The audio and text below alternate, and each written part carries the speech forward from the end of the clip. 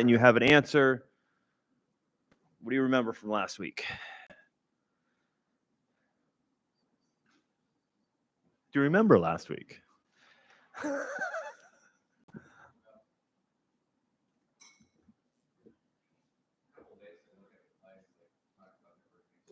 Hmm.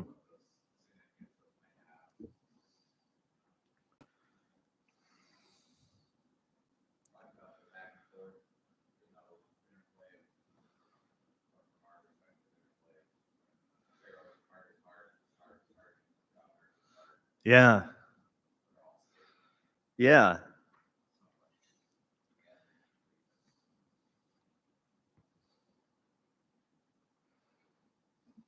Yeah, I had. Does anyone remember the three basic divisions I proposed for the first 9 plagues?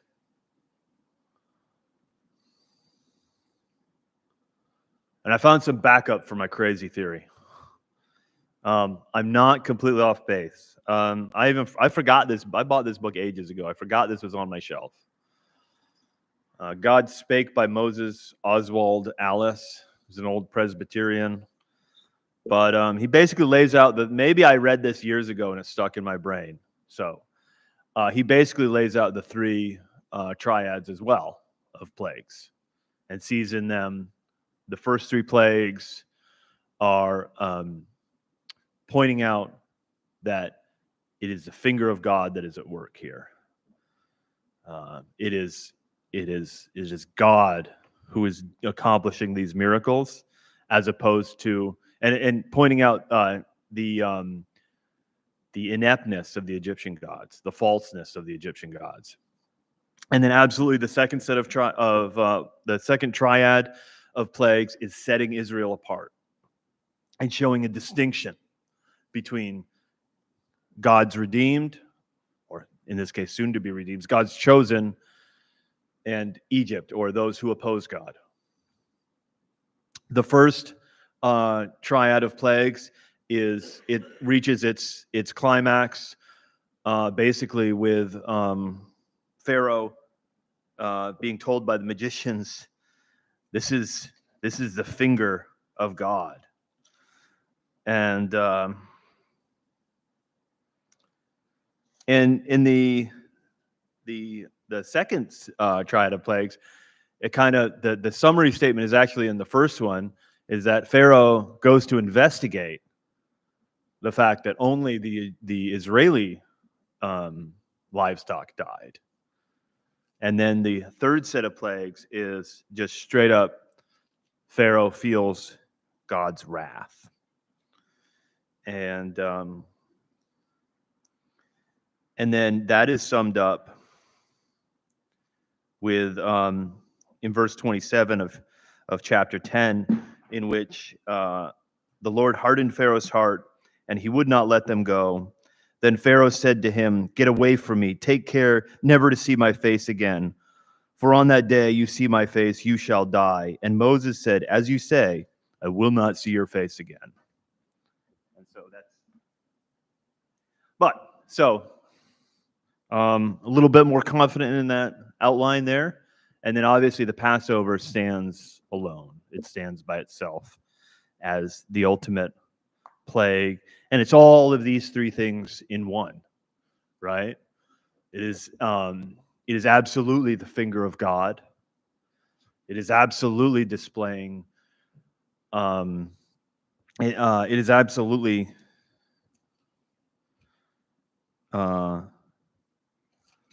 setting the people apart, and it is absolutely God's wrath poured out on Pharaoh and his people. And so it's all those 3 things in one. And of course, what is the 10th plague? I mean, what do we see in that as New Testament Christians that speaks to something really fundamental and deep? Sets a stage for what?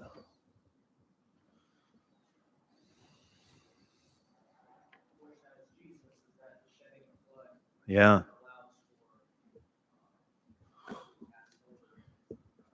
Yeah. Yeah. Putting the blood on the doorpost and the mantle is not going to save the people for eternity, is it? But it's an earthly, tangible event that explains the need for a Messiah, really. Foreshadows it. It's a lot of things. It sets the stage for so much, doesn't it?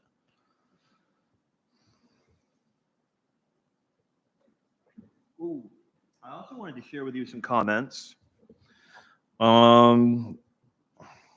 Just so you know, in case you're keeping track at home, we left off with the frogs. We really only made it to the second plague, the frogs. And while I turned to where I wanted to go, I thought it was interesting. I don't see a great big connection here, but it was just an interesting connection that I think it was Matthew Henry made between the turning of the Nile to blood and then the plague of frogs with Revelation, in which he sees right after the water is all turned to blood, the dragon appears spewing frogs across the land. And so there's something in that would have spoken to the Jewish audience, that would have connected with them. I didn't really explore that too much. I kind of came across that last night, and I thought, that's interesting. So maybe there's some homework for you to think about. Like, is there? I mean, it could just be, you know, it could be nothing, but it might stimulate some thought. I thought it was interesting. So there we go. There's a comment. It's a bit dry, but I thought it was interesting. It's a comment on Pharaoh's reaction to the Lord.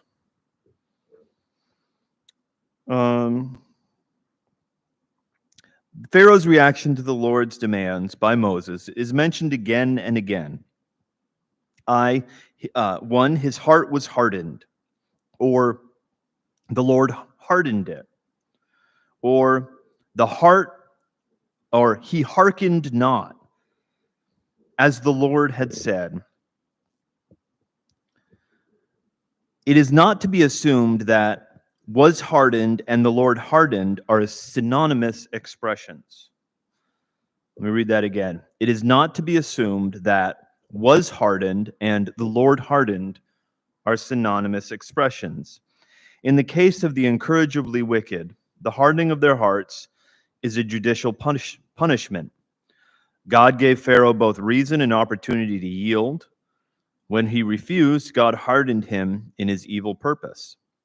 The best commentary on this subject is Paul's discussion of it in Romans 9, 8 through 24, where this conflict is referred to as one of the outstanding illustrations of God's sovereignty in election, in grace, and in judgment. For the Christian, the all-important truth is that salvation is of grace, that faith is the gift of God, Ephesians 2:8, and that the Christian must walk in the Spirit lest he be hardened by the deceitfulness of sin. Interesting discussion there. And I thought that was a useful reminder that as we discuss these kind of really almost abstract, very high-level stuff, that there's a very real application for you and I as believers. That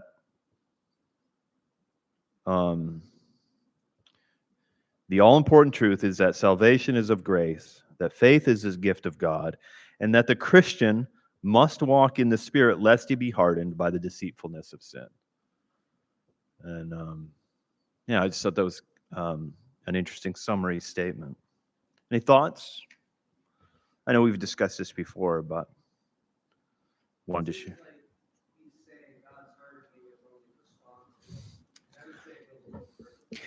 Yeah, I'm glad you brought that up, because I would agree with that. Yeah, I wondered if anybody would pick up on that. Yeah, I think yes. I think it's anybody here take Boolean algebra? I know that's a weird reference. Boolean algebra has a complicated name, but it is really simple, and it is basic programming language.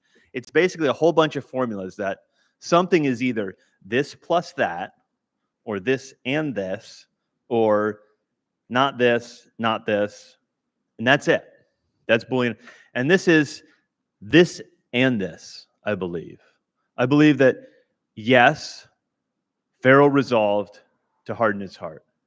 And yes, it was in God's sovereign purpose and in his sovereign plan to harden his heart. That seems to be the case. And that, not easy to resolve, but I think both those things are true. Because what seems to be true as we read the scripture is that man is held responsible. There's no denying that we are responsible to respond to God. And there's no denying that God is in absolute control, and he has plans, and he makes decisions, and he's not limited in any choice. And so what happens is what God has decided will happen. And it's crazy. I can't understand it all. I can't resolve it all, but both of those things appear to be true. So, yeah, I think he stops short when he says he just resolved Pharaoh. He just hardened him in his evil purpose. Well, it also brought God glory. It was in God's sovereign plan to bring the most glory, have Pharaoh harden his heart, which is crazy and wild. And I'm glad God's in charge because I can't figure all that out.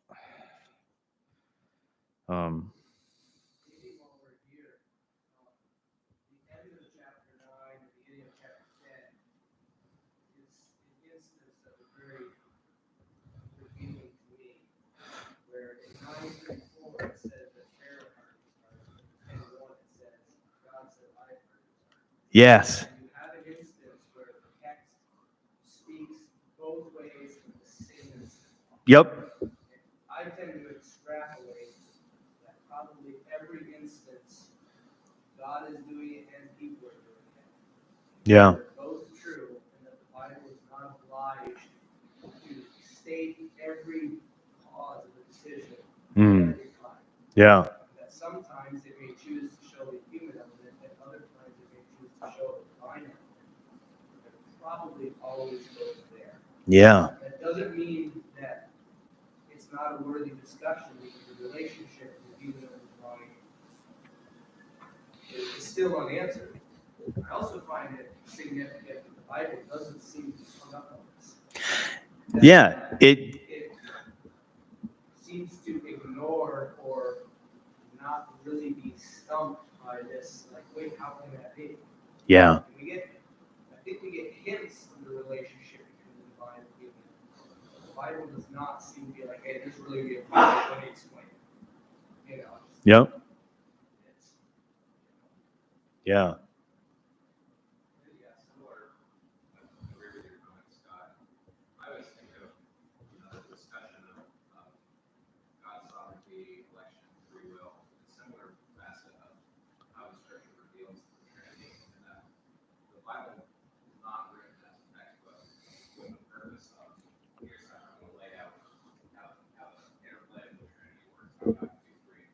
Right. That simply states and teaches in various ways, sometimes explicitly, sometimes implicitly, that's true. Hmm. Great length of giving us the ins and outs, the detail, how we might work that in our mind. In the same way, it's true with God's sovereignty and election. It states that it's true. It also states that it's our responsible. Like you said, the great lengths. Have revelation of the great lengths to give us the deep explanation that would satisfy our Yeah. attention in our minds. It's not God. Yeah. I was thinking maybe this week too, though. Maybe there's some help in looking at our own lives. There are, like, I can speak of my marriage. I chose Lydia. I also believe God chose me. And I assume many of us can say the same thing. And I've never really been hung up on trying to explain how it all worked. But Yeah. I experienced that it's true. I chose it, God chose it. I think he was working in me to choose it, and then he probably wanted it all along, but I don't feel that detracts from the fullness and the reality of my choice. Yeah. Yeah. Man, I think I chose pretty good.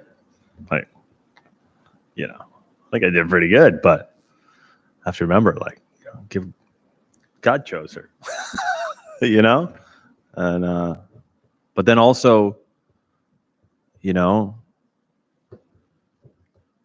you could beat yourself up. Suppose, yeah. I mean, we could go so many ways with this. Suppose, you know, you marry someone and you know it didn't work out. Something happened, you know, that person, you know, and maybe they, yeah. I don't know where I was going with that. You know, having a discussion with somebody, I hear a lot of discussion. I guess this is a good way to put it. You know, I just want to make sure I find the right one, you know, the one for me. And that's great. Yeah, but sometimes we can only make it, we can't see into the future. We make a decision based on the best information available. And a clear conscience before God and reading his word and understanding what he requires of a spouse. And do I like this person? Are we compatible? Are we attracted to each other? And you do your homework. We have a responsibility to be informed by the Spirit, to be informed by the Word, but sometimes we're just making a decision best we can. And it's nice to know that God is moving and has purposes and designs. You know,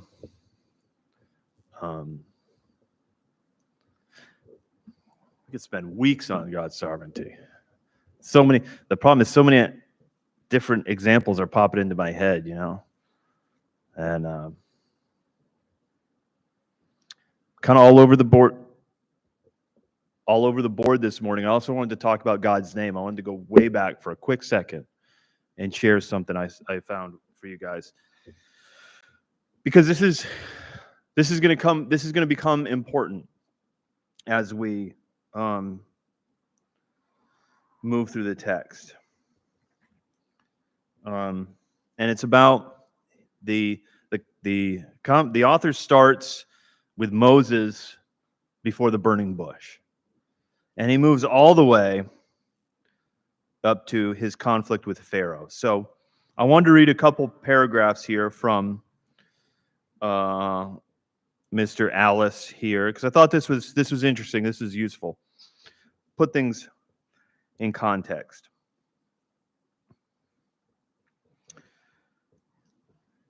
Okay. Moses is told God's name, chapter 3, verse 13. I am represents the first person of the imperfect of the verb to be, of which the name Lord, i.e. Jehovah, would then be the third person and mean he is or he will be.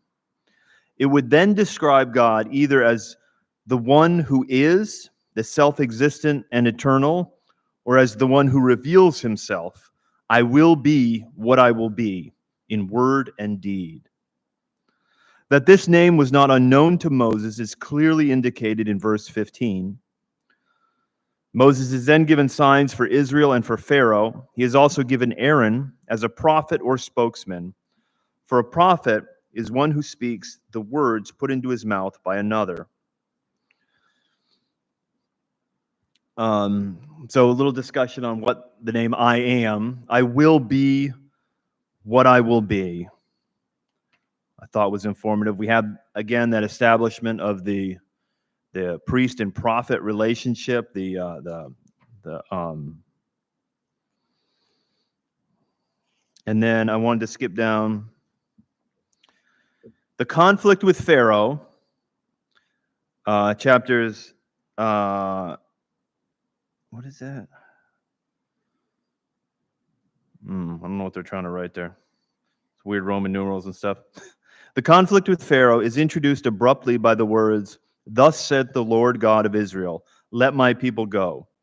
The formula, thus saith the Lord, occurs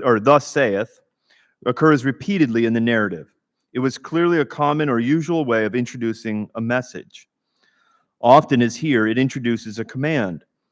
Jehovah throws down the gauntlet to Pharaoh with the words, let my people go, which are only softened by the moderateness of the demand, that they may hold a feast unto me in the wilderness. Strange words to be uttered in the presence of mighty Pharaoh. Who is the Lord that I should hearken unto his voice to let Israel go? Amazement, anger, irritation, sarcasm, we can hear them all in this exclamation, which is followed by emphatic and disdainful refusal. I know not the Lord, neither will I let Israel go. And the terrors of the 10 plagues and the destruction of Pharaoh's army supply the answer.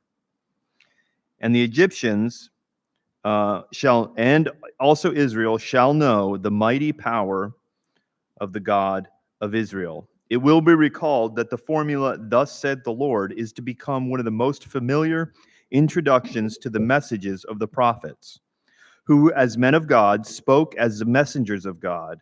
And the great burden of their message was that Israel and the nations might know the Lord. And so on Mount Sinai, we see the introduction of this concept of a prophet who speaks for the Lord. And then also we see the establishment or the beginning of this pattern of thus said the Lord, so that the people may know. This is a pattern that will carry through. So I wanted to share that with you. Any thoughts, comments, or concerns on that?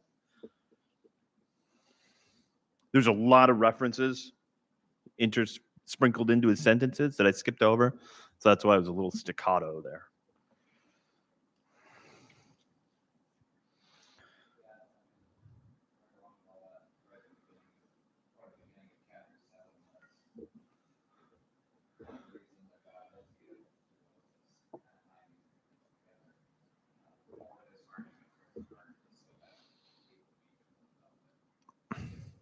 Yeah. That's part of the purpose of hardening Pharaoh's heart. Yeah. Yeah. Another comment that actually Matthew Henry brought up when we, if you could turn to chapter 8 and look at verse 9. If someone could read verse 9 to me.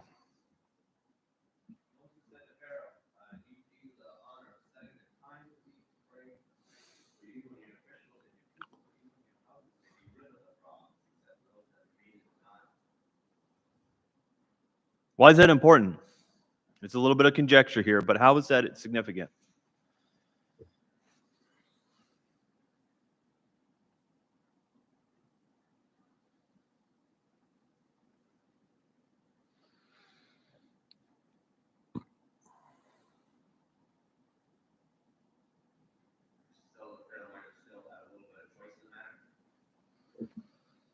So he gives him the choice to pick the time. The Egyptians, it's a little bit of an unfair question, but the Egyptians were all about auspicious times and doing things on timetables and consulting the stars and making sure that it was the right time. And so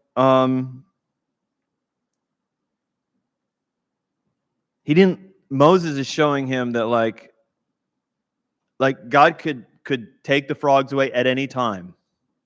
I'm not going to sit here and lead you on with some mumbo jumbo about an auspicious time, and in 3 days' time the frogs will go.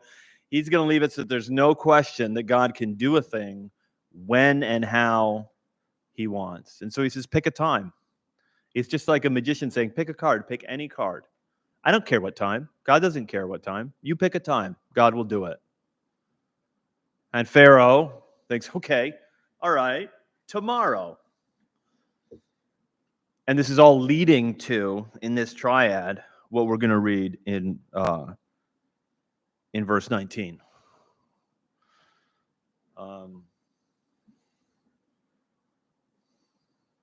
So, Yeah, let's do it tomorrow. Not to say let's do it right now.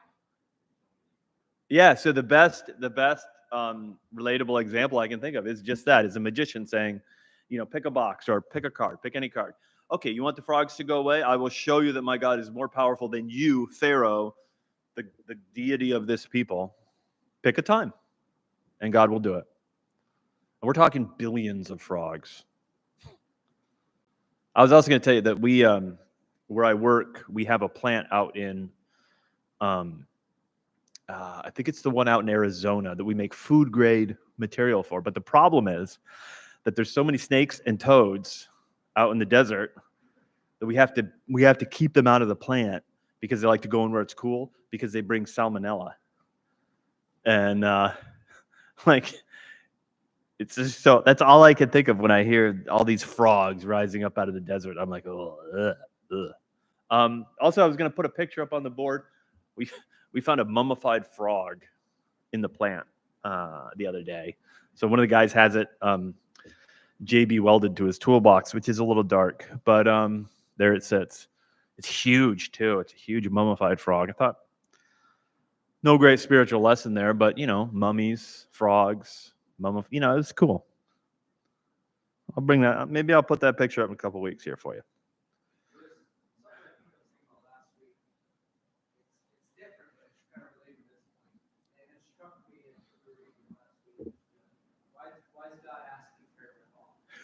Yeah. If you're going to redeem them, just take them and he can sit there and have different, this is done. And all I can think about is that there's meaning in the drama. Yes. That the points God is making are, the process of it actually pronounces the things that God is doing and teaching.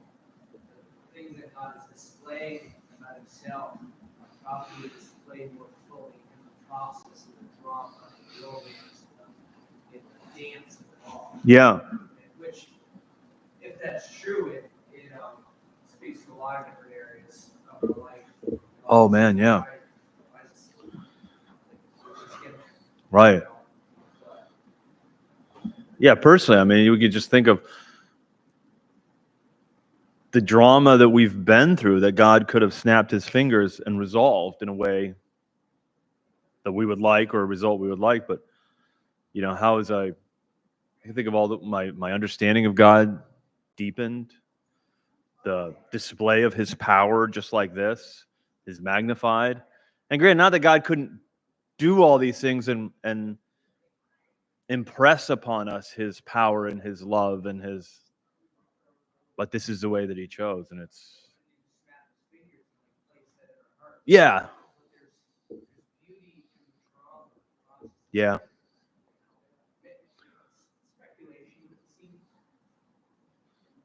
Yeah.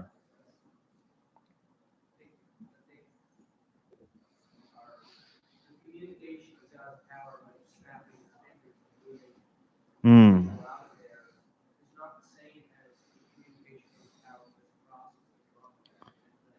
Yeah.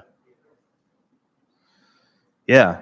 And so we should probably read some scripture.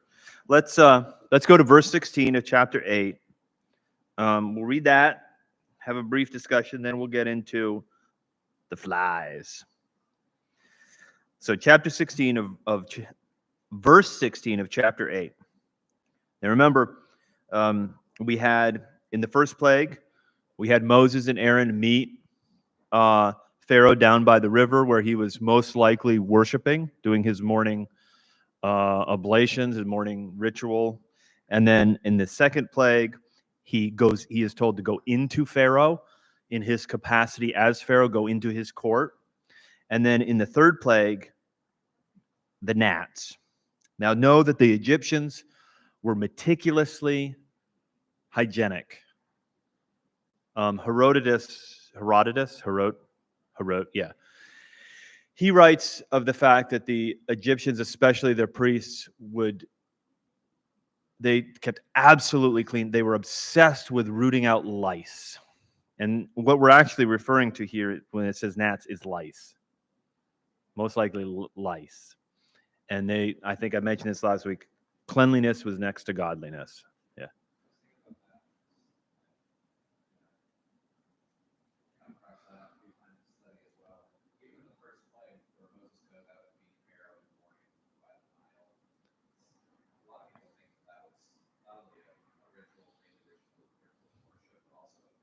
Yeah. One and the same. So then when that first leg is, hey, we meet you out here, you're baptized, and then water's going to turn to blood. So Yeah. it's kind of a personal, like, not only is it a national flag, but here's, supposedly first thing is real. Wow. Yeah, that's true. Yeah, and you didn't cut yourself shaving, dude. Also, I did the boy with the Pharaoh at that time. They always put the second floor. Oh, interesting. Yeah, we did it on the second floor. Part of that is the cleanliness, keep the dust. Oh, wow. They can frost in that case, being on the second floor. And it specifically mentions they will be in your bed, the frogs. Yeah. Ugh. Ugh. Then the Lord said to Moses, verse 16, say to Aaron, stretch out your staff and strike the dust of the earth so that it may become gnats or lice in all the land of Egypt. Can you see, to Scott's point, can you see the drama of this? I mean, this is like a Hollywood scene. Like, you see the dust swirling, the, ugh, yuck. And so that it may become gnats in all the land of Egypt. No warning to Pharaoh. Well, no discussion with Pharaoh. It's just happening. And you're going to see this pattern every 3 plagues. And they did so. Aaron stretched out his hand with his staff and struck the dust of the earth, and there were gnats on man and beast. All the dust of the earth became gnats in all the land of Egypt. The magicians tried by their secret arts to produce gnats, but they could not. Think about that for a minute. This seems like the easiest thing to fake. Hide a couple gnats in your hand and be like, boom, you have gnats. I mean, so who's allowing them? We could take who's allowing them to turn staffs into snakes and turn water into blood? God is. And who's not allowing them to do a simple sleight of hand trick and produce gnats? God. Yeah, I never thought about that before, but, the magicians tried by their secret arts to produce gnats, but they could not. So there were gnats on man and beast. Then the magician said to Pharaoh, this is the finger of God. And Pharaoh's heart melted, and he felt affection toward the God of Israel, and he freed them. Right? No. Pharaoh's heart was hardened, and he would not listen to them as the Lord had said. Pretty straightforward. Let's picture him sitting on the throne. Get really irritated. The last thing I need to hear from you guys is that this is the finger of God. Okay? This is the finger of God, and it's going to order that guy to chop your head off if you keep running your mouth. All right? So, what a rude thing to say to Pharaoh. This is the finger of God. That's bold.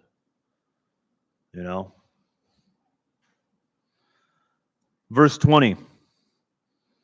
Then the Lord said to Moses, rise up early in the morning and present yourself to Pharaoh. So here we go. Another cycle of plagues. As he goes to the water, and say to him, thus says the Lord, let my people go that they may serve me. Or else, if you will not let my people go, behold, I will send swarms of flies on you and your servants and your people, and into your houses. And the houses of the Egyptians shall be filled with the swarms of flies, and also the ground on which they stand. But on that day, I will set apart the land of Goshen. Do you remember what the land of Goshen is? This is the area in which Joseph's or Israel's family was given to live and to raise livestock in Egypt. And so the land of Goshen is where the slaves live, people of Israel. But on that day I will set apart the land of Goshen, where my people dwell, so that no swarms of flies shall be there, that you may know that I am the Lord in the midst of the earth. Thus I will put a division between my people and your people. Tomorrow this sign shall happen. And the Lord did so. There came great swarms of flies into the house of Pharaoh and into his servants' houses throughout all the land of Egypt, and the land was ruined by the swarms of flies. What do you think of that?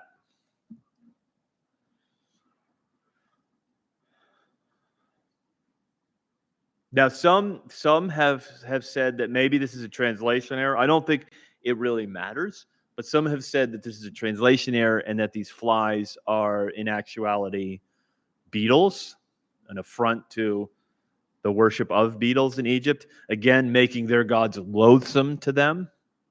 I don't know. I'm not a linguist. I haven't found where that, I don't know. But flies or beetles, it matters not. Now, some folks, some critical theory likes to talk about how all the plagues are probably natural phenomenon, and that with the death of all the frogs, so the way they'll go something like this. They'll say that there was an algae bloom because of the weather in the Nile. Looked like blood, red algae blooms, drove all the frogs out of the water. And so the land was inundated with frogs. And then once the frogs died off, because that the place was overrun with insects that the frogs would have eaten. And they will say, the flies was just a natural progression of all the rotting frogs and then the lack of predators. But that doesn't make sense, especially when you get here, because we're seeing this line of demarcation around the people of Israel. Any thoughts on what we just read?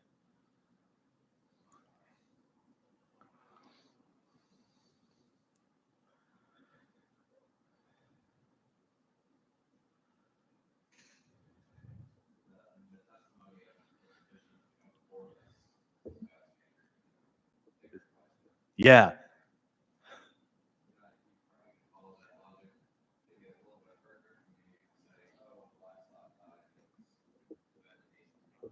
Right.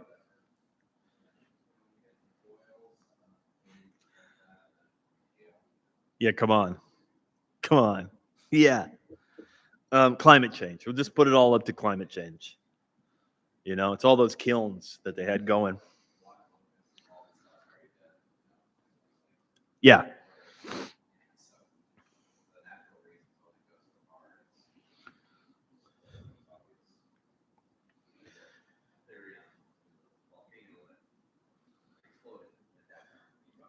Yep.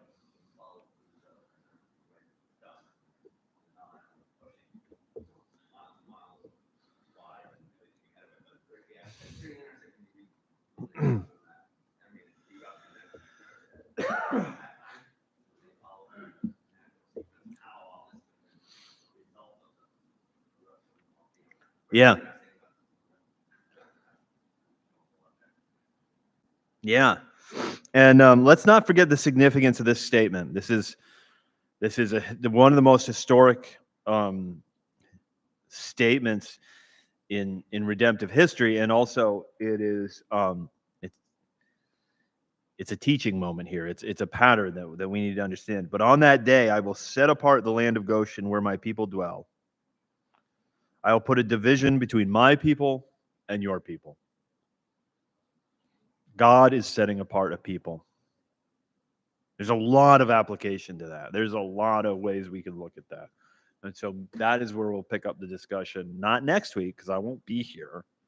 So I don't know, you guys could play poker. You could carry on, actually, if you want to. Just leave me the 10th plague if you want. But why don't we pick up the discussion there next? Setting apart. So, all right.